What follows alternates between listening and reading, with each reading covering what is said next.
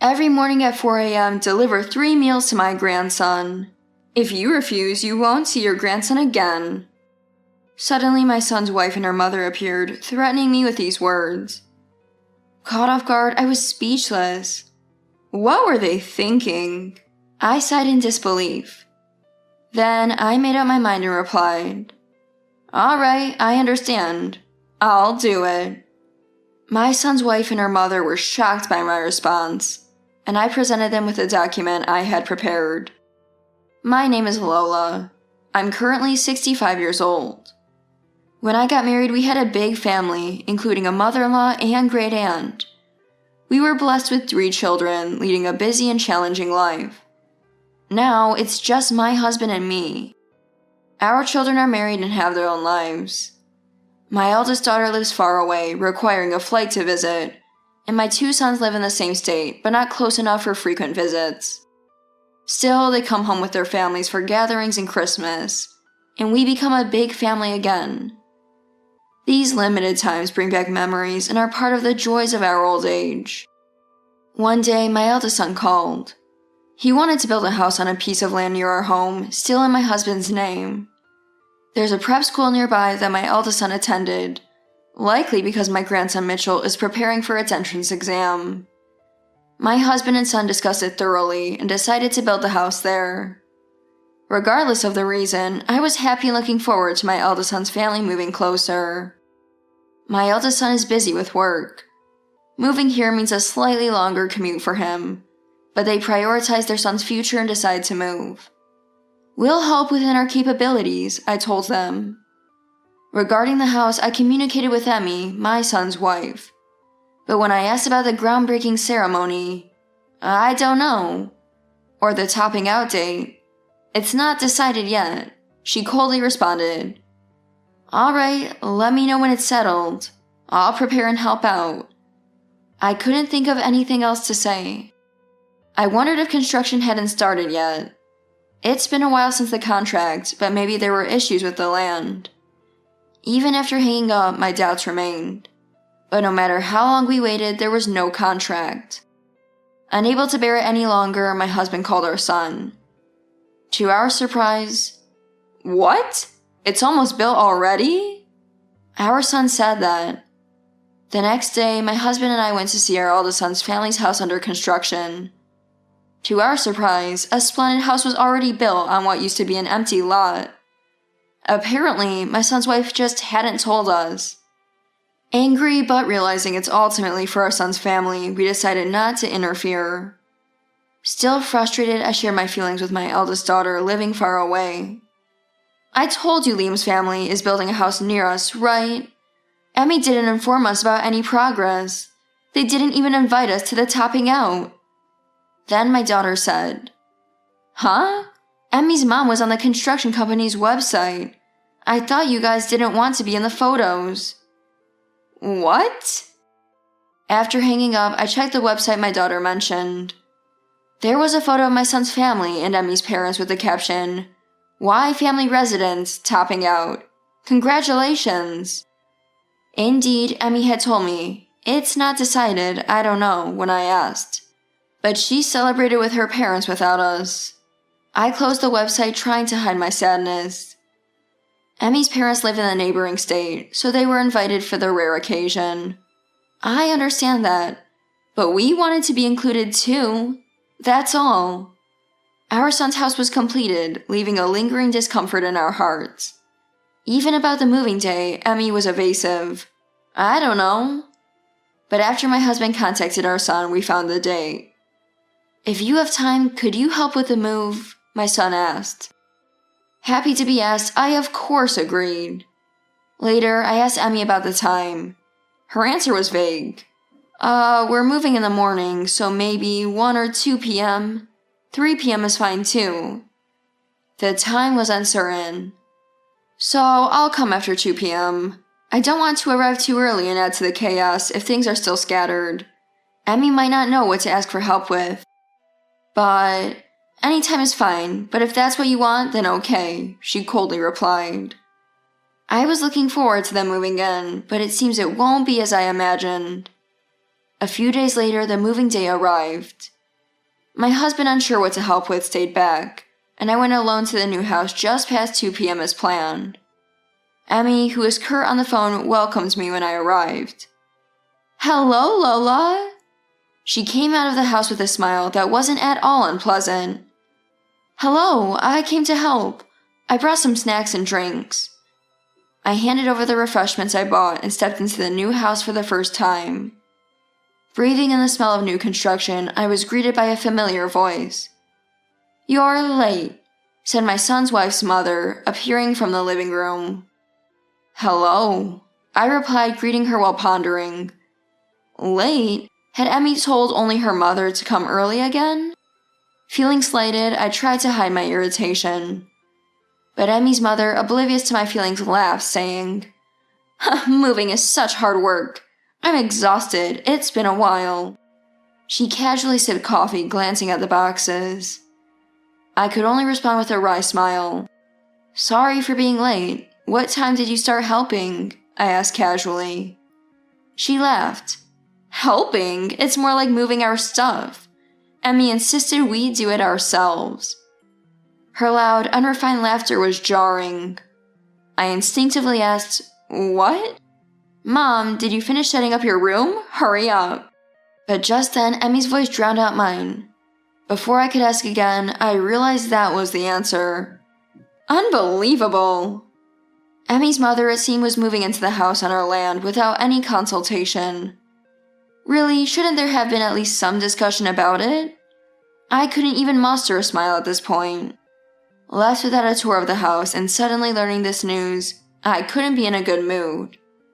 Well, this is a nice place. By the way, has Mitchell finished setting up his room? Emmy's mother continued chatting, coffee in hand. I couldn't bring myself to respond. I just nodded along with a polite smile and headed to the kitchen, where untouched dishes lay. I silently started washing the dishes next to Emmy's mother, who was all talk and no action. After the house and the moving saga, I decided to keep a distance from my eldest son's family. The moving process had left a bitter taste, and things I hadn't noticed from afar became apparent now that we were neighbors. I could compromise with Emma prioritizing her mother, but that didn't justify treating us, her in-laws, with such indifference. My grandson got into the local prep school, but Emmy's mother attended the entrance ceremony with them. They went out for a meal afterward, and we weren't even invited. If I knew it would be this upsetting, I would have preferred not to get involved. But for better or worse, my son's wife didn't seem to think the same. And one day, sometime after this happened, the doorbell rang. Standing there was my son's wife and her mother. "Hello? What brings you here?" I was surprised by their sudden visit. Excitedly, they said, "Lola, you must be bored every day, right? Can you deliver 3 meals for our grandson every morning at 4 a.m.? What? I couldn't comprehend their sudden request and couldn't respond immediately. But my son's wife's mother added more pressure. "Both Emmy and I are too busy to prepare meals for Mitchell. If he's important to you, you'll agree, right? If you refuse, we'll get a divorce and you won't see your grandson again." That's a great idea. The two of them burst into laughter. Stunned and unable to speak, they continued to threaten me. I had reached my limit. Even when I tried to keep my distance, this happened. If this is what it takes to avoid further distress, I must really cut ties. All right, I understand. Here you go, the divorce papers. I calmly said this and handed them the divorce papers I had prepared, which were at the entrance. What? Divorce, right? My son told me to get them ready, just in time. My son's wife turned pale at my words. What do you mean? Exactly what I said. She began to tremble at my response. My husband and I had already spoken with our eldest son. We couldn't ignore his wife's dismissive attitude towards us. And about the house, if her mother was going to live there, shouldn't we, who gave up the land, have been informed? Our son listened to our complaints in silence, then slowly began to speak. Actually, I didn't know about Emmy's mom living with us. What? My husband and I were shocked by our son's words. Turns out Emmy's mother had moved in after discussing it only with her daughter, and she claimed to have informed us about the topping out in the recent entrance ceremony. Our son was stunned when we said we weren't informed. Of course, it's problematic that our son neglected his wife's selfishness, but her behavior was too self-centered. And it wasn't just this. She'd say things like, "The only good thing about him is his paycheck." Even to her mother, "Liam isn't trying hard enough. That's why Mitchell doesn't have a sibling." Our son resigned said, "Well, it's tough having my allowance cut, but I'm a man. I have to endure it as long as she takes care of Mitchell." I couldn't help but scold him for laughing it off. "What are you saying? You are our cherished child, raised with care. You don't deserve to be treated so badly by others. Value yourself more." After my words, my eldest son quietly thanked me, then said, "I'd divorce if I could, but with Mitchell, it's better to have a mother around." My husband and I exchanged glances at his words. Even if accused of being overindulgent, we as his parents are the only ones who can support him. "I can take on the role of mother any time," I naturally offered. But the conversation soon turned to the issue of custody for my grandson. However, my son believed that wouldn't be a problem. Mitchell isn't a little kid anymore. He can voice his own opinions. I think he knows which side is better for him. Even so, children often choose their mothers. The thought of losing custody and possibly never seeing him again was more worrying than unsettling. We ended the discussion with these concerns, but they soon dissipated. My grandson, now attending prep school, occasionally visits us. During one of these visits, we had a chance to talk. "How's prep school?" I asked. "I want to join a club, but Mom won't let me. She insists I should study more," he complained. "I don't even get an allowance. Mom and my grandma use my gift cards to support musicians. Isn't that unbelievable?" He expressed his frustration with his mother and grandmother. Initially, I wondered if he was mistaken. Adults using a child's money for supporting musicians seems far-fetched. But it turned out his words were true. His mother and grandmother were too busy following a musician, leaving them no time to prepare meals. So now he's given money instead. Since his prep school doesn't have a cafeteria, he grew tired of grocery store meals and started coming to our place for dinner. There's nothing wrong with being a fan of musicians, but there should be limits. Using a child's money or cutting the allowance of a hardworking husband is outrageous.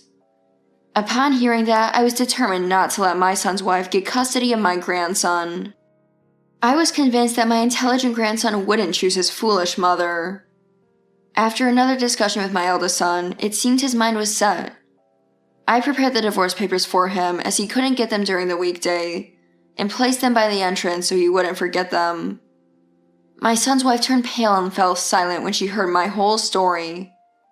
It's not wrong to be a musician supporter, but everyone else manages their work, studies, household chores, all while supporting someone they like.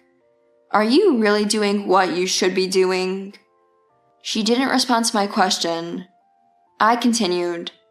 You came here today to ask me to make Mitchell's lunch because you want to wait for the musician, right? I heard it from Mitchell. No matter how much you threaten to keep me from seeing Mitchell, or say it's for his sake, I won't support your almost criminal hobby. My son's wife's mother, who had been silent until then, became furious. Criminal? That's disrespectful and prejudiced. Prejudiced? Waiting daily for someone at their workplace is nothing but stalking. Just because they're musicians, you aren't arrested. Think about their feelings. It's embarrassing to have such a nuisance in the family. I was loud in my anger. My son's mother-in-law was shaking, trying to say something, but she couldn't come up with any rebuttal. Of course she couldn't. Liam has made up his mind to divorce. Even if it goes to court, my husband and I will fight for Liam and Mitchell. Today was a good opportunity to tell you that. Maybe we'll meet next in court? I left those words behind, ushered the two stunned women out of the entrance, and locked the door. I felt relieved having spoken my mind. Wait! I heard my son's wife call out, but I had no reason to wait for her. They must have never imagined today turning out like this. They probably expected me to accept their proposal and deliver meals 3 times a day. The grandson gets to eat nutritious meals and saves on food expenses. They must have thought they were lucky, but they had always had their way until now. It's time for them to learn that life doesn't always go as planned. There was no more noise from the entrance. They must have given up and left. That day, as usual, my grandson came over after school. I called my son to tell him about the afternoon's events. He hadn't known about the supporter issue, and was deeply remorseful, apologizing to his son with tears. Hearing my grandson say, "Dad, you're not at fault. I'll be fine without Mom, so just divorce her quickly," made my son realize he needed to divorce as soon as possible. Having been controlled by his wife until now, my son immediately canceled his credit cards and changed the bank account PIN the next day. He hired a lawyer and conveyed to his wife and her mother, "If you don't agree to the divorce, you must repay all of Mitchell's money immediately." The amount exceeded $10,000. It was a sum the unemployed pair couldn't repay, a proposal made with that understanding. Though relinquishing my grandson's savings was regrettable, there was no other way. Pressing charges for embezzlement was possible, but unlikely to result in compensation, and we thought it better for my son and grandson's mental health to sever ties completely. My son's wife, despite her protests, eventually had to sign the divorce papers, and the divorce was surprisingly smooth. She and her mother had to leave the house, reacting unexpectedly and causing a scene about property redistribution. But the land was in my husband's name, and the house and mortgage in my son's. When his wife absurdly proposed, "Just let us live here," my son responded with, "Rent is $15,000. With just one sentence, she exploded in anger. "You only build a small house and act all high and mighty." And she retorted to my eldest son. My grandson retorted, "At least he built a house, unlike you." My son couldn't help but laugh, happy to have his son's support. "You can keep your lives," his wife spat bitterly. But who was really being abandoned? My son and grandson watched them leave in anger, smiling. Now they're staying at her sister's place, who married into a large farming family in the countryside. Life will surely be tough for them, and finding work in the countryside isn't easy. They won't have time or the means to continue their fan activities. Now they will have to help diligently on the farm, at least to avoid causing trouble for her sister and her family. They even called once begging, "I'm sorry, I want to come back." "But your home is where you're living now," my son firmly responded. They face a life without disposable income or freedom, but it's just the consequences of their actions. They need to endure and appreciate this life. My son officially became the custodial parent, as my grandson wished. Even without that, the neglectful parenting would have likely resulted in losing custody. My grandson joined the table tennis club he wanted, and receives an allowance of $100 a month from his father. I said, it might be too much for a middle schooler, but it turns out that Mitchell is saving and investing half of it every month.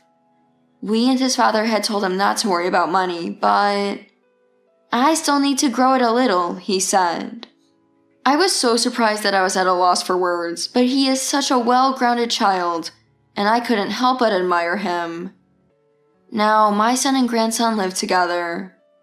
Every morning they stop by to pick up the lunch I prepare, then head to school and work, returning to our house for dinner before going back to their home.